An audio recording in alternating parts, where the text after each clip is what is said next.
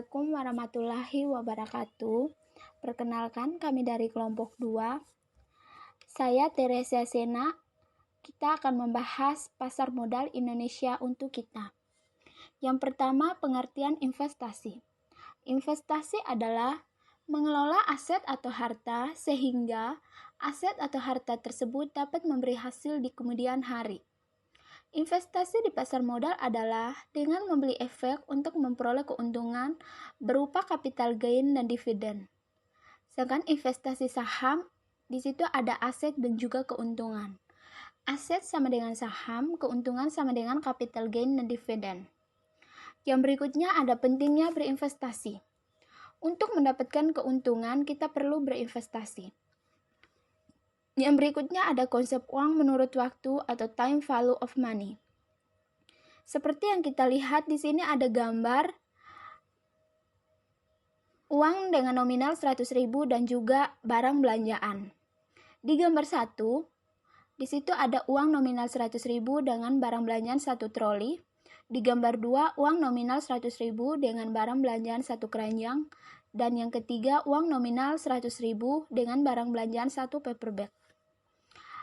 Kita akan membahas dari gambar 1. Di gambar 1, misalkan pada tahun 1900-an, uang jika dibelanja 100.000 di supermarket, maka belanjaan penuh 1 troli. Terus masuk ke gambar 2 di tahun 2000-an, uang 100.000 berubah. Yang di gambar 1 hanya penuh barang belanjaan penuh 1 troli, masuk di yang gambar 2 berubah setelah dibelanja di supermarket, ternyata hanya penuh 1 keranjang kurang lebih, bisa untuk memenuhi kebutuhan 2 minggu. Di gambar yang ketiga di tahun 2011, uang 100.000 hanya memenuhi 1 paper bag saja, kurang lebih untuk kebutuhan 1 minggu. Dan untuk sekarang, uang 100.000 hanya memenuhi kebutuhan 1 hari saja, bahkan tidak sampai 1 hari. Uang 100.000 bisa digunakan hanya untuk beberapa keperluan. Jadi, jika dilihat, mata uang dan nominalnya tidak berubah. Yang berubah, hasil belanjaan terus berkurang dan waktu terus bertambah. Jadi, seiring bertambahnya waktu, tapi nilai intrinsik dari uang kita itu terus berkurang. Dan yang selanjutnya ada gambar McD. Contohnya, pada tahun 1997, McD menjual 1 porsi Big Mac dengan harga 4.600. Pada tahun 2021 naik menjadi 36.000 dengan kenaikan per tahun 28%. Penyebab kenaikannya yaitu inflasi. Selanjutnya akan dijelaskan oleh teman saya. Baik, saya akan melanjutkan poin selanjutnya, yaitu inflasi, di mana inflasi sendiri memiliki definisi adalah suatu proses meningkatnya harga-harga secara umum dan terus-menerus atau kontinu, atau dengan kata lain merupakan proses menurunnya nilai mata uang secara terus-menerus. Di poin selanjutnya yaitu investasi kemana, di mana investasi sendiri memiliki 2 cabang, yaitu pertama di sektor keuangan dan kedua di sektor non-keuangan.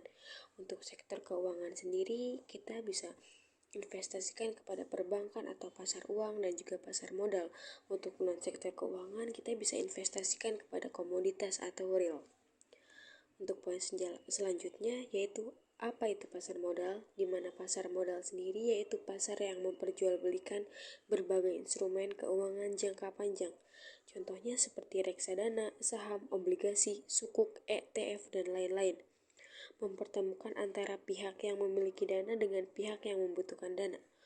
Untuk produk pasar modal sendiri, contoh pertama yaitu saham. Konsep dasar saham, contoh kecilnya yaitu Pak Bejo berniat memiliki usaha bakso, perlu modal 8 juta rupiah, namun hanya memiliki dana 1 juta rupiah.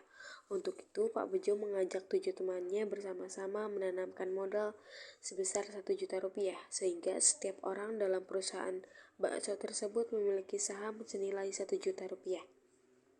Produk pasar modal yang kedua yaitu obligasi, di mana konsep dasar obligasi yaitu teman-temannya meminjamkan dana sebesar 1 juta rupiah dan Pak Bejo memberikan kupon sebesar 1 juta rupiah.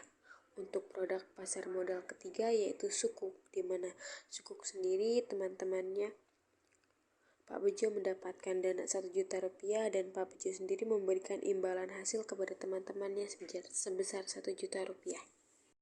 Saya akan melanjutkan materi tentang produk pasar modal reksadana.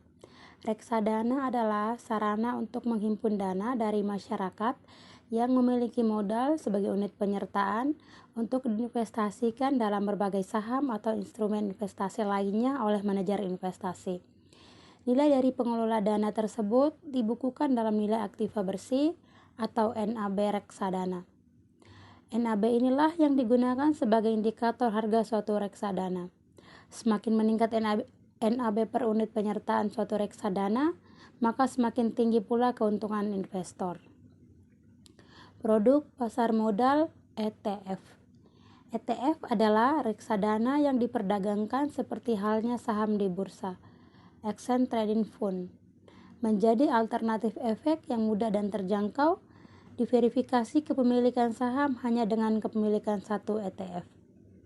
Struktur pasar modal. Otoritas Jasa Keuangan atau OJK sebagai kepala, ada KPEI atau Clearing Penjamin Efek Indonesia, ada BEI Bursa Efek Indonesia, dan KSEI atau Kustodian Sentral Efek Indonesia. Analogi pasar modal ibarat mall. Pengelola mall sama dengan OJK, BEI, KPEI, dan KSEI. Manfaat keberadaan pasar modal. Yang pertama, sumber pembiayaan. Sebagai salah satu sumber pembiayaan jangka panjang bagi perusahaan dalam mengembangkan usahanya.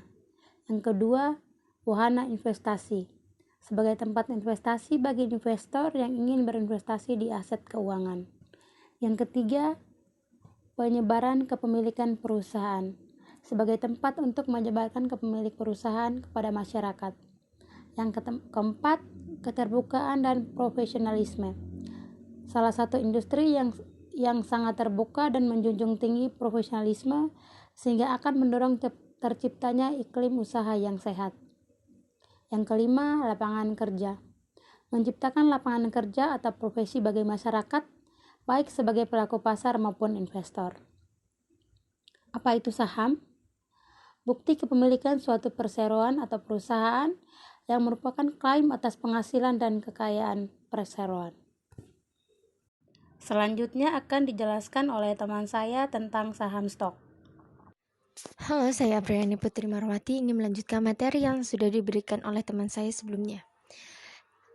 Emiten adalah pihak yang melakukan penawaran umum, yaitu penawaran efek yang dilakukan oleh emiten untuk menjual efek kepada masyarakat berdasarkan tata cara yang diatur dalam perundangan yang berlaku.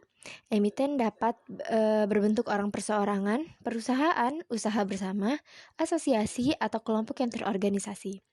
Emiten dapat menawarkan efek yang berupa surat pengakuan utang, surat berharga komersial, saham, obligasi, tanda bukti utang, unit penyertaan, kontrak investasi kolektif, kontrak berjangka atas efek, dan setiap derivatif dari efek. Fungsi utama dari emiten adalah memberikan penawaran surat berharga kepada publik. Selain itu, emiten juga bertanggung jawab mengelola dana publik tersebut sebaik mungkin. Bentuk pertanggungjawaban ini dibuktikan melalui rilis laporan keuangan emiten per kuartal. Dengan melepas sahamnya ke publik, maka investor yang membeli saham itu akan mendapatkan porsi kepemilikan terhadap perusahaan tersebut dan akan mendapatkan dividen. Efek yang diperjualbelikan emiten dikutip dari BEI, ada beberapa jenis efek yang diperjualbelikan emiten. Yang pertama adalah saham, yang kedua adalah obligasi, yang ketiga adalah reksadana, yang keempat adalah Exchange Traded Fund atau ETF, yang kelima adalah derivatif, yaitu kontrak opsi saham atau kontrak berjangka. Di Indonesia sendiri sudah terdapat 786 emiten dan kemungkinan akan bertambah jumlahnya di kemudian hari. Keuntungan membeli saham. Yang pertama adalah capital gain atau Keuntungan perusahaan yang diperoleh dari penjualan aset modal seperti investasi, di mana harga jual melebihi harga pembelian investasi. Istilah ini adalah keuntungan yang perusahaan dapatkan dari hasil penjualan aset seperti saham properti, saham, atau obligasi. Keuntungan ini perusahaan dapatkan karena adanya perbedaan antara harga jual dan harga beli. Keuntungan modal terjadi ketika aset Anda sudah berhasil dijual. Contohnya adalah ketika kita memelihara anak kambing yang kita beli sebesar 1 juta rupiah, kemudian kita besarkan sendiri. Anak kambing tersebut tumbuh menjadi kambing yang sudah bisa dikonsumsi. Sehingga kita memiliki dua pilihan, yaitu ketika kita menjual kambing kita nanti akan mendapatkan uang sebesar 4 juta dari menjual kambing tersebut. Namun kita akan kehilangan kambing tersebut. Hal ini yang dinamakan sebagai keuntungan modal atau capital gain. Anda mendapatkan keuntungan yang sebesar-besarnya, namun Anda kehilangan aset Anda. Selanjutnya, keuntungan dari membeli saham adalah dividen. Dividen adalah pembagian keuntungan yang diberikan perusahaan atau emiten kepada pemegang saham. Inilah keuntungan investasi saham selain memperoleh capital gain saat menjual saham. Dividen dalam investasi saham ada dua macam, yaitu dividen tunai dan dividen saham. Dividen tunai adalah keuntungan berupa uang tunai dalam jumlah rupiah tertentu untuk setiap saham. Sedangkan dividen saham adalah keuntungan bagi pemegang saham dalam bentuk saham, jadi bukan berupa uang tunai. Contoh pembagian dividen saham yang pernah dilaksanakan pada 2021 dari data Kustodian Sentral Efek Indonesia yaitu PT Communication Cable System Indonesia Tbk atau CCSI mengumumkan rasio dividen saham 5:1. Setiap 5 saham lama akan mendapatkan 1 lembar baru saham. Harga penutupan saham yang berlaku adalah 540 per saham. Jadi kalau kamu punya 100 lembar saham CCSI, bisa mendapatkan 20 lembar saham tambahan. Sedangkan contoh dividen tunai dari investasi saham yaitu dividen saham BBRI atau PT Bank BRI Persero Tbk sebesar 98,91 per saham.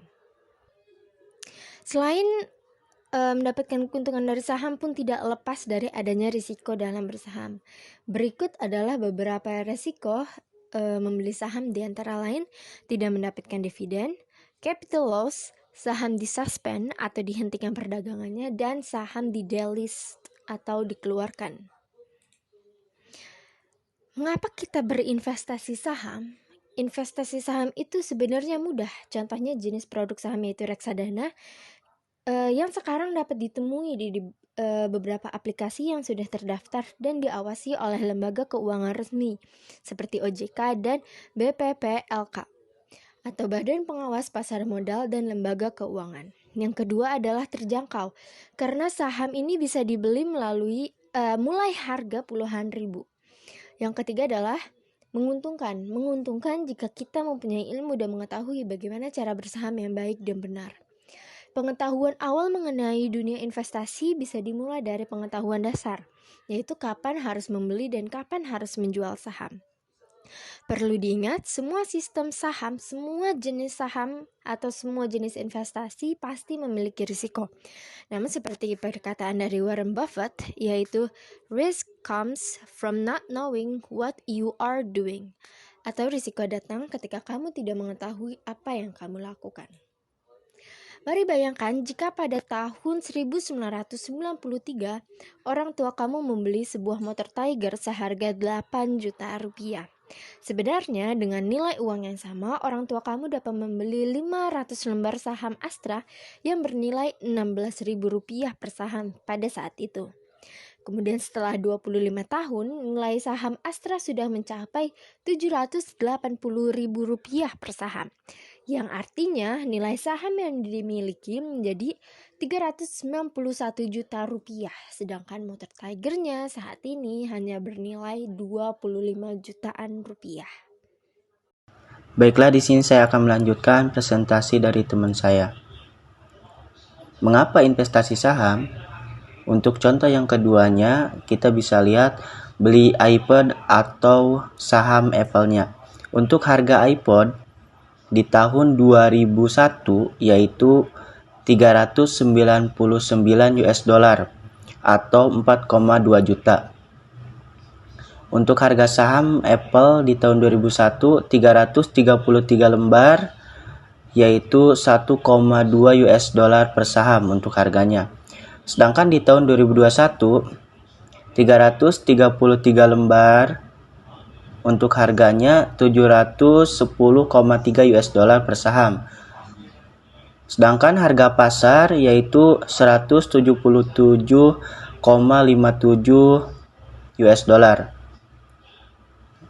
Jadi daripada kita membeli barangnya, mending kita membeli sahamnya ya, dikarenakan untuk saham itu sendiri bisa naik dari setiap tahunnya. Apalagi kalau perusahaannya bagus, jadi ada peningkatan, maka setiap tahun saham akan naik dibandingkan kita membeli barangnya. Kalau kita membeli barangnya, kadang-kadang untuk barang itu sendiri akan menurun harga jualnya. Untuk selanjutnya, indeks saham. Instrumen yang digunakan sebagai indikator dari pergerakan harga dan kinerja saham atas sekumpulan saham. Saham terbagi menjadi 11 sektor. Sektor pertanian, sektor pertambangan, sektor industri umum dan industri kimia, sektor aneka industri, komponen otomotif, kabel, tekstil dan garmen, sektor barang konsumen, sektor property and real estate, sektor infrastruktur, sektor keuangan, sektor jasa dan sektor investasi serta sektor manufaktur. Untuk selanjutnya, potensi IHSG. IHSG kepanjangan dari indeks harga saham gabungan, adalah indeks yang mengukur kinerja harga semua saham yang tercatat di Bursa Efek Indonesia. Untuk potensi IHSG Agustus tahun 2021, listed companies untuk Indonesia 740, untuk market capitalization-nya 519,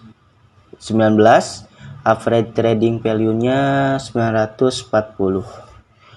Selanjutnya, informasi tentang perdagangan saham di Bursa Efek Indonesia.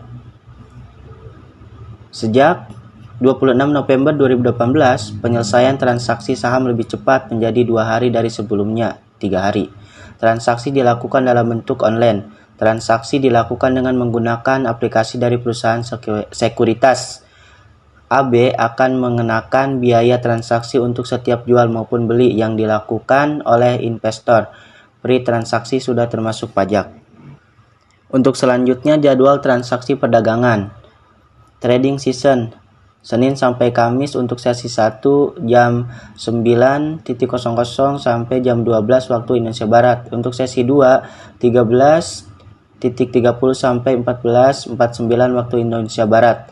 Sedangkan di hari Jumat, jam 9 sampai jam 11.30 waktu Indonesia Barat, sesi 2-nya yaitu dari jam 14.00 sampai 14.49 waktu Indonesia Barat. Untuk selanjutnya, perlindungan pemodal di pasar modal Indonesia, DPP dana perlindungan pemodal. Kumpulan dana untuk melindungi pemodal dari hilangnya aset pemodal. Investor Protection Fund atau Compensation Fund. Peraturan OJK nomor 49-POJK.04-2016 tanggal 2 Desember 2016 tentang dana perlindungan pemodal. Aset yang dilindungi, efek yang tercatat dan terdaftar dari PT KSEI meliputi efek ekuitas, efek bersifat hutang, efek derivatif, dan reksadana. Dana pada kustodian dibuka rekening dana nasabah pada bank atas nama pembeli. Untuk selanjutnya, PDPP, penyelesaian dana perlindungan pemodal. Perseroan dengan izin OJK menyelenggarakan dan mengelola DPP, Investor Protection Corporation. Peraturan OJK nomor 50/POJK 04/2016 tanggal 2 Desember 2016 tentang penyelenggaraan dana perlindungan pemodal. Persyaratan perlindungan pemodal. Pemodal yang dilindungi menitipkan asetnya dan memiliki rekening efek pada kustodian. memiliki subrekening efek pada lembaga penyimpanan dan penyelesaian, memiliki nomor tunggal identitas pemodal atau SID. Pengecualian pemodal. Pemodal yang terlibat atas atau menjadi penyebab aset pemodal hilang. Pemodal merupakan pemegang saham, pengendali, direktur, komisaris, atau pejabat satu tingkat di bawah direktur kustodian. Pemodal merupakan afiliasi dari pihak di atas. Terima kasih. Untuk selanjutnya akan dilanjutkan oleh teman saya. Di sini saya akan melanjutkan presentasi dari rekan saya mengenai ganti rugi pemodal oleh SIVF. Pembayaran ganti rugi kepada pemodal dengan menggunakan dana perlindungan pemodal dilakukan jika pemodal telah mengajukan permohonan ganti rugi kepada penyelenggara dana perlindungan pemodal. Sesuai dengan peraturan OJK nomor 6 A5 tentang penyelenggara dana perlindungan pemodal. Batasan ganti rugi untuk setiap pemodal pada satu kustodian dalam rangka pembayaran ganti rugi kepada pemodal dengan menggunakan DPP senilai 100 juta rupiah dan paling tinggi batasan setiap kustodian yaitu senilai 50 miliar. Ganti rugi atas nilai aset pemodal yang hilang tidak mencakup nilai kerugian atas perkiraan nilai investasi. Selanjutnya adalah fasilitas akses, di mana diberikan sebagai perwujudan perlindungan investor agar investor dapat langsung melihat portofolio yang dimiliki di sistem KSEI. Baik, di sini mengenai rekening dana nasabah, yaitu rekening atas nama nasabah yang disimpan di bank yang terpisah dari rekening perusahaan efek. Selanjutnya, bagaimana sih cara kita menjadi investor yang cerdas? Kita harus punya 3P, yaitu adalah pahami dan tetapkan tujuan investasi, pahami profil risiko diri sendiri. Selanjutnya adalah kita harus punya apa sih? Yang pertama, buka rekening dan miliki produk investasi yang kamu inginkan. Pastikan transfer ke rekening yang tepat. Selanjutnya adalah pantau berita dan perkembangan kinerja perusahaan yang berkaitan dengan produk investasi kita. Ingat, pasar modal itu dinamis dan investasi itu nggak instan, orientasinya jangka panjang dan effortnya perlu dilakukan secara berkala dan rutin. Oke, next di sini adalah waspada penipuan investasi. Yang pertama, waspada dengan penawaran investasi dengan janji-janji palsu. Waspada penawaran investasi yang memaksa dengan bujuk rayu. Waspada modus investasi dengan replikasi, dan waspada penawaran investasi dari perusahaan yang tidak jelas. Kita harus cek dari otoritas jasa keuangan karena hanya OJK lah yang berhak mengeluarkan izin perusahaan investasi di Indonesia. Baik, selanjutnya di sini ada beberapa inspirasi dari investor pasar modal di Indonesia. Yang pertama adalah Warren Buffett. Investasinya sejak usia 11 tahun. Kekayaan di 2016-nya senilai 60,8 miliar US dollar. Dan juga sumber kekayaannya mayoritas berasal dari investasi saham. Selanjutnya adalah Lo Keng Hong, investasinya sejak tahun 1989, sejak masih bekerja sebagai karyawan di bank sebagai bagian dari tata usaha. Memiliki aset saham senilai 2,5 triliun dan menurut pendapatnya adalah kalau trading dapatnya receh dan bisa bikin stres. Kalau pemegang saham dalam jangka panjang dapat uangnya besar. Itulah 2 inspirasi dari investor pasar modal di Indonesia. Sekian dari saya, kurang lebihnya saya mohon maaf. Terima kasih.